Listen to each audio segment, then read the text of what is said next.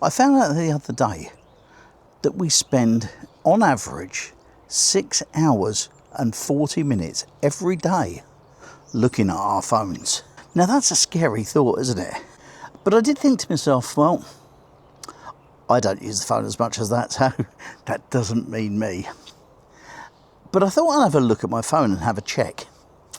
And when I looked at it, I found out that on average, my daily usage of my phone for looking at stuff was 4 hours and 40 minutes.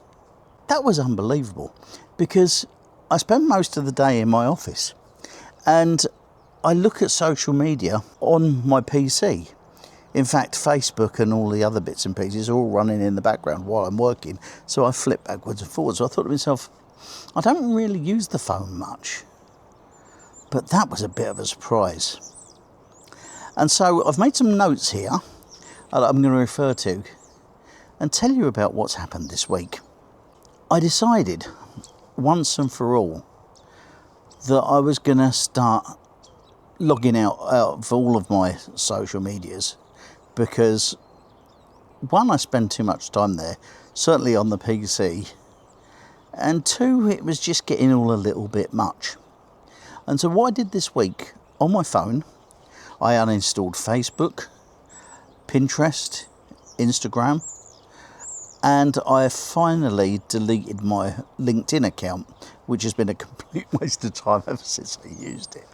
So I deleted them. So I thought that's going to make my life easier, because I'm not going to look at my phone all day. I don't read a newspaper, so I haven't got a newspaper on my phone. And so I thought that was going to sort it all out. And yesterday was the first full day that I've had the phone without those social medias on. And I looked at the phone in total for 43 minutes. That's down 4 hours. I was so bored yesterday. And what I found I was doing was reaching for my phone probably once every 10 minutes. I was amazed at how often I used to pick my phone up without actually realising it. Over the years, it's become a habit. But the favourite thing that I've done this week for me is deciding that me and Facebook are done with each other.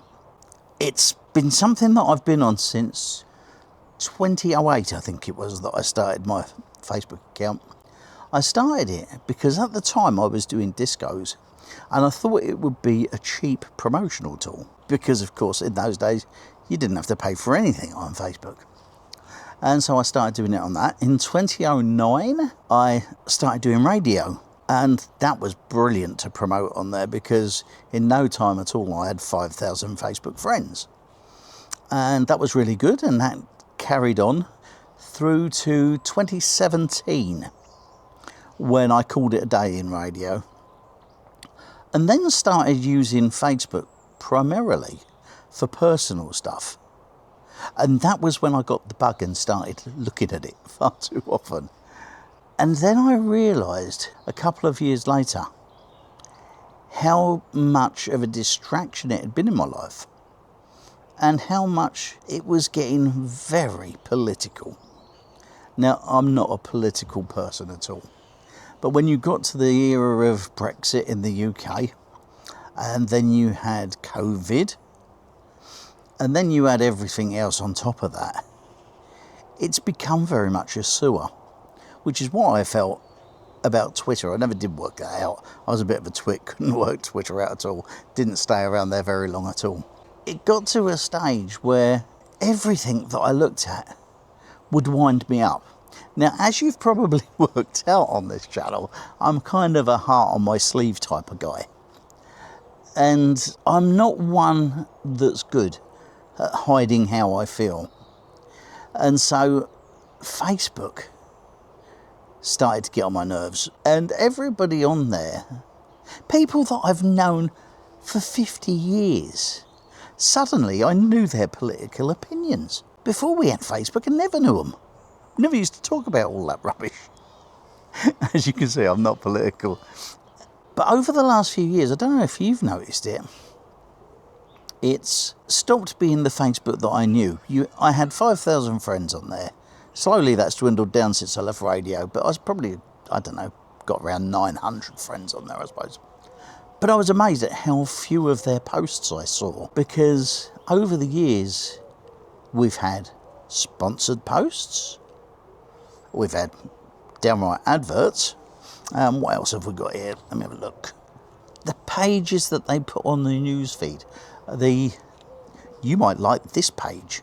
For me, it peaked a couple of weeks ago when you started to get posts on there, and underneath the post was a little button with excuse me, a little button with a link to AI to tell you what it was all about. And I kind of feel it's gone a stage too far, because now not only do you have bots running Facebook, but you've got AI giving you opinions and telling you what it thinks you need to know. And to be honest, I got a little bit fed up with it.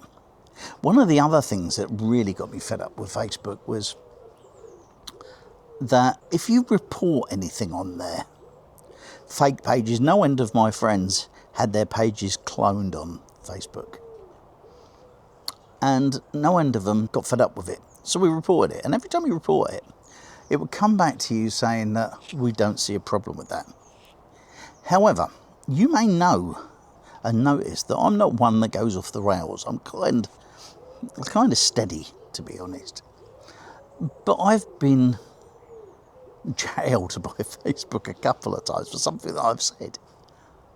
As innocuous as, I said to a friend once, if I told you the answer to that, I'd have to kill you. I got a week's ban for that. And it's all the sort of thing that's really done me. I was going to delete it, but there are messages on there from a friend of mine who died a couple of years ago. And I don't want to delete them. If I delete the channel, they're gone. It's like wiping away a bit of him, so I'm keeping it. I'm just logging out. And I've logged out of Instagram, and I've logged out Pinterest, and all those sorts of things. Because I think I'm allowing social media to take over my life. And many people are. It's a worry in these times, because in the days of yore, you know, for old people like us who were here before the internet, we didn't have so much fed to us. And I'm of a feeling that the internet is getting very much like newspapers. You're getting agenda-fed news. And I don't like that. And so apart from being bored again with my life, where I've got so used to using social media, it's going to give me a time to get on with living my life again. Because I think the internet has invaded our lives and taken it over. And I know it's not going to change, and I know AI is here for good and all that sort of stuff. But I kind of want a bit of my own life back. So I thought I'd tell you today about this, and what I'm going to do is periodically let you know how I'm getting on, see whether I've succumbed to the whims of Facebook again and gone back on there. Certainly I'm going to miss a few people on there, but the basic fact of the matter is that apart from Substack and YouTube, all of the rest of my social media has been switched off, and I'm going to do my utmost to keep away from it and get back on with living my life. While I say Substack, you can join me over there, sign up and become part of my newsletter. I send a newsletter out every week with links to the videos, just in case the algorithm hasn't shown you them, and some posts. I've gone back to doing a bit of blogging on Substack, which is fun. And so that's about it from me today. I just thought I'd give you a little catch up of what I'm doing, and let's see how we go going forward. I'll see you next time.